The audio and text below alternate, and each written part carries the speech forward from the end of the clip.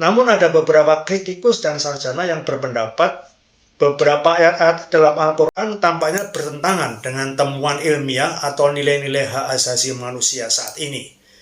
Beberapa hal yang sering dipertanyakan dalam konteks nilai universal dan sains, misalnya mengenai masih adanya sistem perbudakan, meskipun ada anjuran tentang pembebasan budak. Juga mengenai hukum mengenai pemotongan tangan untuk pencurian, itu di dalam Quran surat Al-Maidah ayat 38. Dan kritik terhadap hal ini sering muncul dalam konteks nilai-nilai hak asasi manusia dan prinsip keadilan yang menekankan hukuman rehabilitatif, bukan penghukuman fisik yang ekstrim. Beberapa ayat mengatur peran perempuan yang dapat dianggap merendahkan atau membatasi hak perempuan, seperti dalam warisan atau kewajiban mereka dalam pernikahan.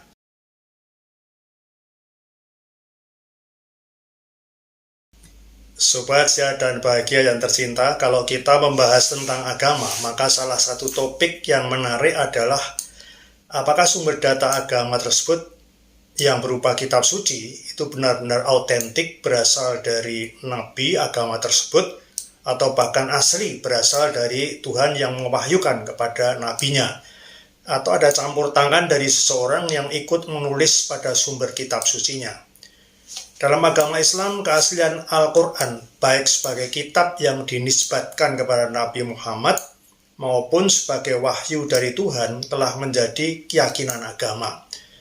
Dalam Islam, Al-Quran diyakini sebagai firman Allah yang diturunkan kepada Nabi Muhammad melalui malaikat Jibril selama 23 tahun. Umat Muslim memandang Al-Quran sebagai teks yang sempurna, tidak berubah, dan dijaga langsung oleh Allah berdasarkan Quran surat Al-Hijr ayat 9. Nabi Muhammad menyampaikan wahyu secara lisan yang kemudian dihafal oleh para sahabat dan dicatat oleh juru tulis menggunakan media seperti kulit, tulang, dan daun kurma. Kemudian Khalifah Abu Bakar atas saran Umar bin Khattab memulai kodifikasi Al-Quran setelah perang Yamamah. Khalifah Utsman bin Affan kemudian menyusun mushaf standar sekitar tahun 650 Masehi dan menyebarkannya ke seluruh wilayah Muslim. Sementara salinan lainnya dihancurkan untuk mencegah perbedaan bacaan. Dari perspektif historis, manuskrip tertua Al-Quran seperti manuskrip Sana'a, Topkapi, dan Birmingham menunjukkan konsistensi dengan teks modern.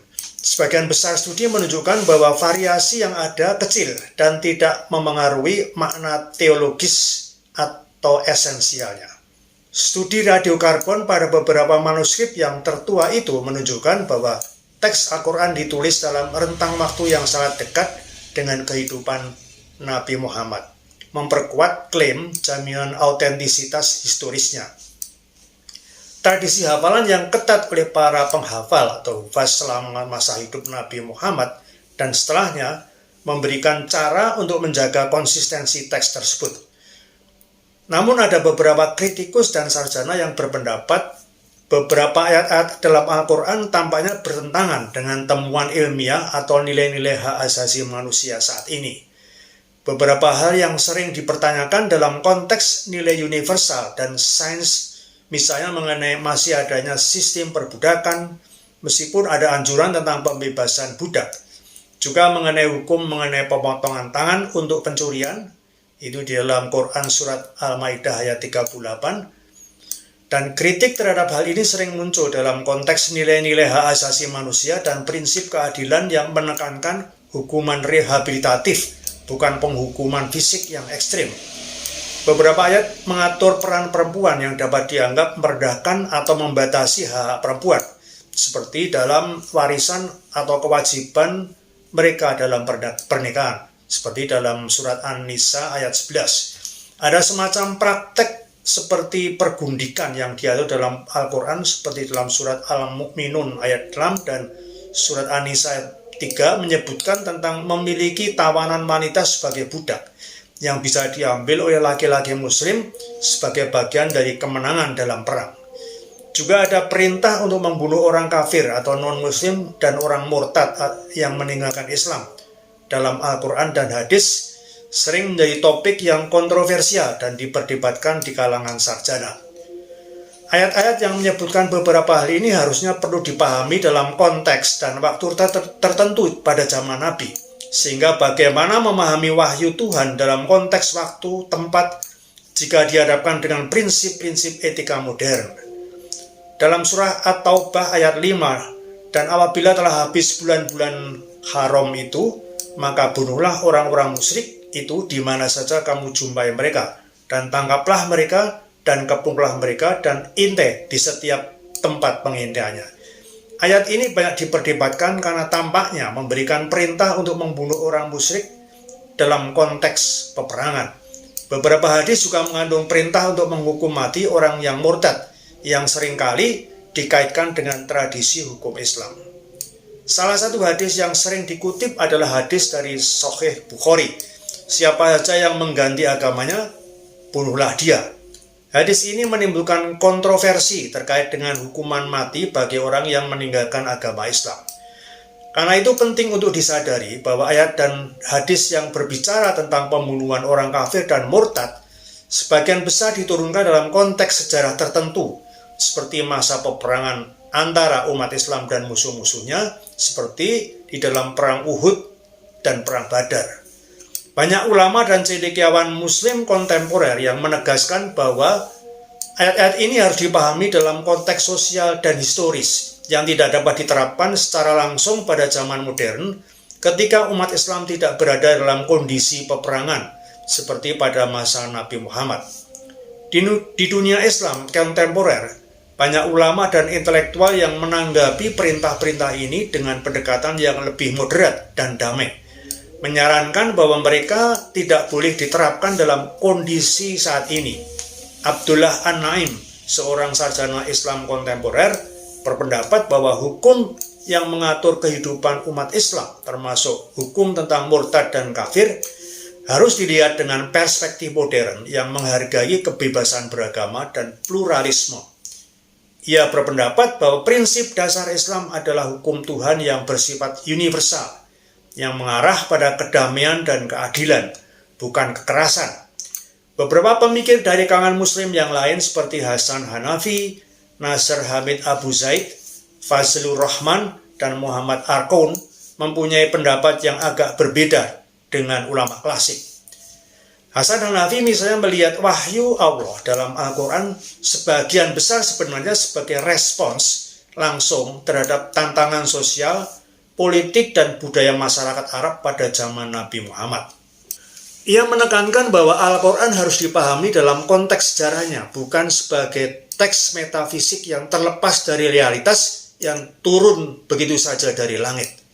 Dalam pandangannya, wahyu adalah manifestasi Tuhan yang terjadi melalui interaksi antara realitas sejarah dan kepekaan spiritual Nabi Muhammad. Ia berargumen bahwa Al-Quran tidak hanya berisi ajaran teologis, tetapi juga sebuah program sosial untuk mereformasi masyarakat. Cendekiawan Nasr Hamid Abu Zaid berpendapat bahwa Al-Quran adalah teks ilahi, tetapi yang menjadi teks manusiawi ketika masuk ke dalam bahasa, budaya, dan pemikiran manusia melalui Nabi Muhammad. Jadi ada peran Nabi Muhammad dalam teks wahyu Al-Quran. Ia menekankan bahwa teks Al-Quran harus dibaca secara kontekstual untuk memahami maknanya yang relevan dengan waktu dan tempat tertentu. Menurut Abu Zaid, pewahyuan adalah proses komunikasi antara Tuhan dengan Nabi Muhammad. Dalam proses ini, Nabi Muhammad memainkan peran aktif sebagai penerjemah pesan atau substansi kebenaran ilahi ke dalam bahasa dan istilah yang dapat dipahami oleh komunitasnya. Ia menyebut Al-Quran sebagai produk komunikasi, di mana Tuhan adalah pengirim pesan, Nabi Muhammad adalah penerima dan penerjemah kandungan kebenaran Tuhan ke dalam bahasa Arab, dan komunitas Muslim awal adalah audiensnya. Abu Zaid menekankan bahwa wahyu tidak harus dipandang sebagai sesuatu yang sepenuhnya bersifat ilahiyah, tapi juga bisa bersifat membumi, karena ia hadir dalam bahasa manusia dan dipahami dalam budaya manusia. Abu Zaid mengkritik pendekatan tekstual literal yang menurutnya mengabaikan dimensi historis dan kontekstual dari Al-Quran. Sementara Fazlur Rahman, seorang intelektual muslim dari Pakistan, menekankan pentingnya memahami Al-Quran dalam konteks sejarahnya atau historical context. Ia memperkenalkan konsep double movement, yaitu memahami pesan Al-Quran berdasarkan konteks historisnya dan kemudian menafsirkan pesan tersebut untuk relevansinya dengan masa kini. Fazlur Rahman melihat wahyu sebagai respon Tuhan terhadap kebutuhan moral dan sosial masyarakat Arab pada zaman Nabi Muhammad. Nabi berperan aktif dalam menerima dan menyampaikan pesan-pesan ini. Muhammad Arkaun, seorang pemikir asal Aljazair, berpendapat bahwa teks Al-Quran harus dipahami sebagai produk sejarah yang berinteraksi dengan budaya, tradisi, dan pemikiran manusia pada zamannya. Ia mendukung kritik radikal terhadap pendekatan tekstual yang dominan dalam tafsir tradisional para ulama klasik. Arkaun menekankan bahwa wahyu tidak bisa dipisahkan dari proses historis di mana ia diterima dan disampaikan oleh Nabi Muhammad. Aminah Wadud, seorang sarjana feminis muslim, menekankan bahwa Al-Quran tidak hanya merupakan teks ilahi, tetapi juga dipengaruhi oleh budaya patriarkal pada masa Nabi Muhammad. Dalam hal ini, Nabi berperan aktif dalam menyampaikan wahyu kepada masyarakat yang memiliki struktur sosial tertentu. Ia menekankan pentingnya memahami bagaimana Nabi menyampaikan wahyu Tuhan dalam suasana di zamannya. Sehingga tafsir dan takwil modern yang segar dan progresif diperlukan agar Al-Quran selalu sesuai dengan situasi masa kini. Karena Al-Quran dipercayai oleh umat sebagai wahyu Tuhan untuk semua manusia sampai pada akhir zaman. Maka semestinya harus bisa cocok atau dicocokkan dengan di segala abad dan tempat. Meskipun masih ada yang berpendapat juga bahwa situasi zamanlah yang harus disesuaikan dengan ajaran Al-Quran.